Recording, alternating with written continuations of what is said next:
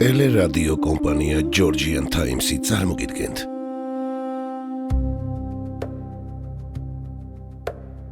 საქართველოს ისტორიის გაკვეთილები.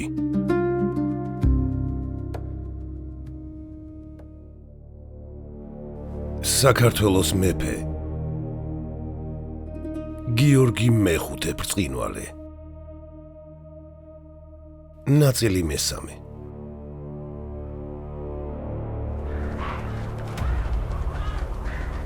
გიორგის რეგენტობის დაწყებისას საქართველოს ბედი მთლიანად იყო დაკავშირებული იმ ძლიერ სახელმწიფოსთან, რომელსაც იმ დროისთვის ილხანთა საყაენო ეწოდებოდა. ეს იყო მონღოლთა იმპერიის ერთ-ერთი ყველაზე მნიშვნელოვანი ნაწილი, რომელიც მე-13 საუკუნის შუა წლებში ჩამოყალიბდა და თავის ძალაუფლებას უზარმაზარ ტერიტორიებზე ავრცელებდა. ილხანთა სახელმწიფო მოიცავდა ირანს, აზერბაიჯანს, აღმოსავლეთ ანატოლიას, ერაყს და ნაწილობრივ შუა აზიასა და კავკასიის ტერიტორიებს. სწორედ ამ დიდი სივრცის ფარგლებში მოექცა აღმოსავლეთ საქართველოც, რომელიც საყაენოსთვის სტრატეგიულად მნიშვნელოვანი რეგიონი იყო. საქართველოს მდებარეობა განსაკუთრებულ მნიშვნელობას ანიჭებდა მას. კავკასია იყო ხიდი ჩრდილოეთსა და სამხრეთს შორის, ხოლო საქართველო ამ გზის მთავარი საკვანძო პუნქტი. ილხანებისთვის ეს მიწა სამხედრო და ეკონომიკური რესურსის წყარო იყო. აქედან გადიოდა სავაჭრო გზები, რომლებიც აკავშირებდა აღმოსავლეთსა და დასავლეთს, ხოლო საქართველოს მოსახლეობა მონღოლებისთვის სამხედრო ძალის მნიშვნელოვან ნაწილს წარმოადგენდა.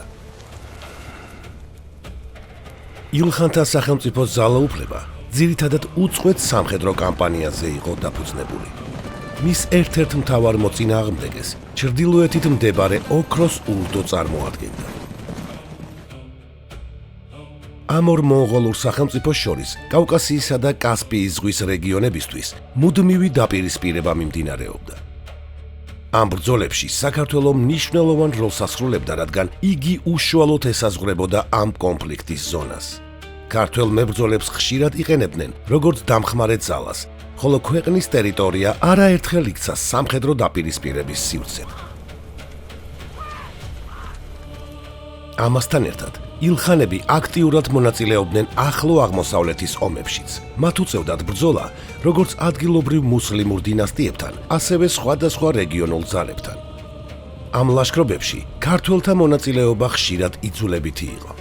ქართველი მეომრები მიჰყავდათ ილხანთა შორეულ სამხედრო კამპანიებში, სირიასა და ირანში, აგრეთვე მცირე აზიის სხვადასხვა მხარეში, სადაც ისინი საყაენოს ინტერესებისთვის იბრძოდნენ. ეს კიდევ უფრო ასუსტებდა ქვეყანას, რადგან შრომისუნარიანი მოსახლეობა მუდმივად სამხედრო სამსახურში იყო ჩართული.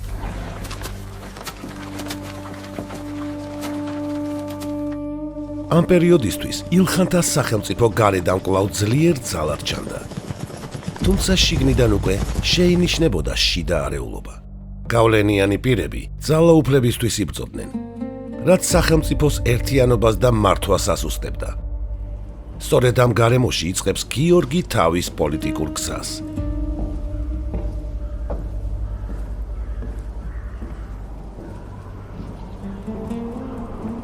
გიორგის რეგენტობის დასაწყისში ილხანთა ტახტზე იჯდა ორჯაითუყაენი. იგი მართავდა დიდ ტერიტორიას, თუმცა მის მმართველობაშიც ნათლად ჩანდა, რომ ცენტრალური ხელისუფლება ვერ აკონტროლებდა სახელმწიფოში მიმდინარე ყველა პროცესს. დიდი მნიშვნელობა ჰქონდა იმ პირებს, რომლებიც ყაენის კარზე რეალურ ძალაუფლებას ფლობდნენ. ასეთ ფიგურად იქცა ჩობან ნოინი. ჩობანი იყო ილხანთა სახელმწიფოს ერთ-ერთი ყველაზე გავლენიანი სამხედრო და პოლიტიკური პირი. იგი მეთაურობდა დიდ არმიებს, მონაწილეობდა უმნიშვნელოვანეს ლაშქრობებში და დიდი ავტორიტეტი ჰქონდა როგორც სამხედროებში, ისე თავად ყაენის კარზე. ხშირად სწორედ მისი სიტყვა წყვეტდა პოლიტიკურ საკითხებს. ამიტომ ილხანთა სახელმწიფოში ძალაუფლება მხოლოდ ყაენის ხელში არ იყო. რეალური გავლენა ეკუთვნოდა იმ დიდებულებს, რომლებიც მის გვერდით იდგნენ. 1316 წლის 16 დეკემბერს ყაენი გარდაიცვალა. ხოლო ტახტზე მისი მცირეწლოვანი ვაჟი 12 წლის აბუ საიდი ავიდა. სწორედ ამ დროიდან ილხანთა კარზე გადამწყვეტად გაიზარდა ჩობან ნოინის გავლენა. ამ პირობებში გიორგისთვის ჩობან ნოინის მხარდაჭერა განსაკუთრებულ მნიშვნელობას იწენდა. მაგრამ ეს კავშირი შემთხვევით არ დამყარებულა. აქ დიდი როლი ითამაშა სამცხის მთავარმა ბექა ჯაყელმა, რომელსაც უკვე ჰქონდა დამყარებული ურთიერთობა და სარგებლობდა მისი ნდობით. სწორედ ბექას შუამდგომლობით მოხდა გიორგის დაახლოება ჩობანთან. თავის მხრივ, ჩობანსაც სჭირდებოდა ძლიერი მოკავშირე.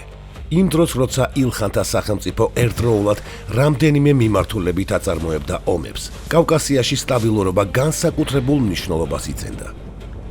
ამასთანავე, მას შემდეგ, რაც ჩობანმა რეალური ძალაუფლება მოიპოვა, მას მრავალი მოწინააღმდეგე გამოუჩნდა, რის გამოც საკუთარი პოზიციების გასამყარებლად ერთგული პარტნიორები ესაჭიროებოდა. სწორედ ამ გარემოებამ გახადა გიორგი მისთვის სასურველ მოკავშირედ.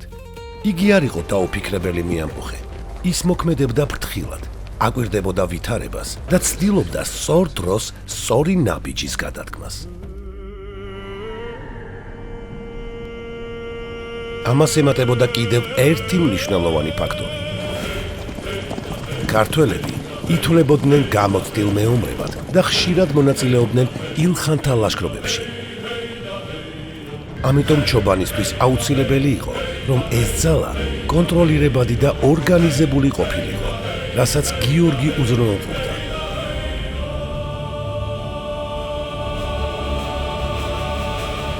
ამგვარად ეს ურთიერთობა ორივე მხარისთვის ხელსაყრელი აღმოჩნდა.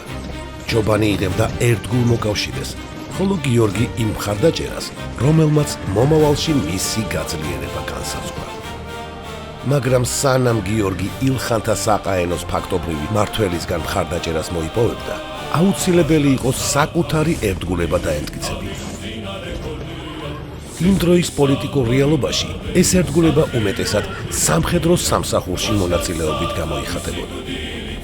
სწორედ ამიტომ გიორგის უნდა მიეღო მონაწილეობა მონღოლთა ლაშქრობებში, რაც მისთვის ერთგვარი გამოცდა და ამავე დროს საკუთარი პოზიციების გამყარების საშუალება იყო. მესამე ნაწილის დასასრული.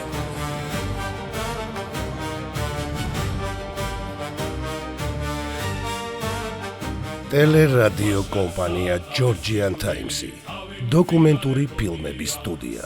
გადაცემაზე მუშაობდნენ